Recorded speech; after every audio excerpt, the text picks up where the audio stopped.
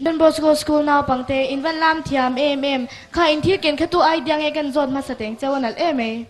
akan savai idea ni me in the vai idea in Van nei che in Lam Thiam si tu nge zirtir chau ke man ning kam phwa de be nang mani in phwa de in Van Thiam nang niang ro la chuan tianga mani step phwa ta ka thil ro pui ta kanya chuan in mi kaming chu solom ro pui ni si ro chan pui Arel Behui Christine Shat Pui in Lam Thiam tu scan now na phung ei cheu kan be sayang ole tun na tuan kan contestant na number kan kau to anga contestant pakwa kan neya inti siak na atel ngam chin pakwa kan ne kan chuang ani holy fire lam clear hole phatang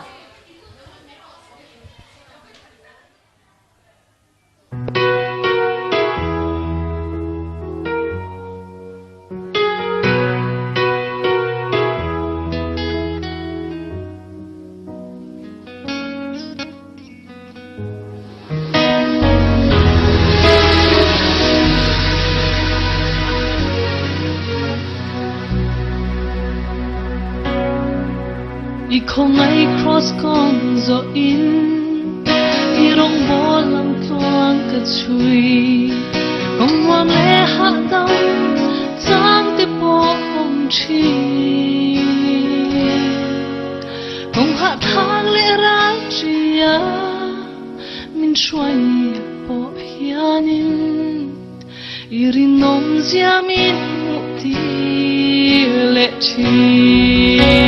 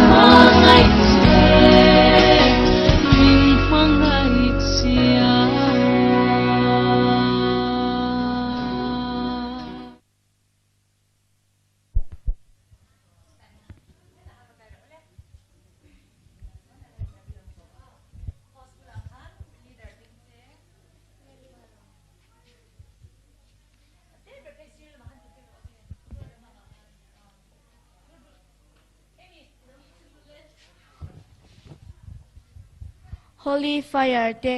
zaina hian keima chawlo pon backstage lama mi pon nalan ti em mai chewa in van lam thiam em tunge zirtir cheu we si in lam thiam se zirtir chu tu cheu po thiam ngei do ni chu chuan in ha em ai in ziu na sa em na sa ve reng in bua se ang ten in lam them alo mom khop mei second round lu ngai the nan do sakna kan hana cheu zanina moi ta ka min ron chei tu hi Michelle VL fan chun ania ani hi mo chei tu te le thil danga po ko the reng ani contact number 8974630098 ole khati zong kha first round inti sia kan clear ho thei te choni a result hi naktuk zan November ni riat zan daruka scrolla ti lan tur ani don ani gospel channel a khan ilo thiranga khata khan kan ron scroll don ani zan daruka kan ron scroll anga WhatsApp group lama te po kan ron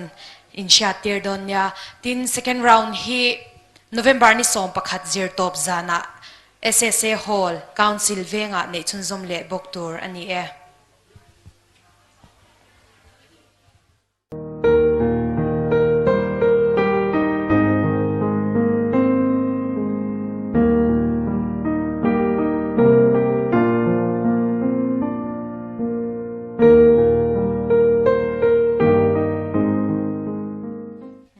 ole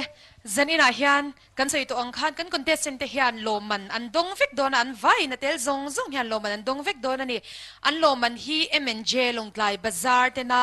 mintum sak ania in mu photo kan jinga KTV zone pot tu te chuan in mu photo kan jinga kan program Naupangte hun program te po min sponsor photo ani tin zanina hian hei ka veilama hian ko ho zai tak me dinga ani hi unique lal ompui ani a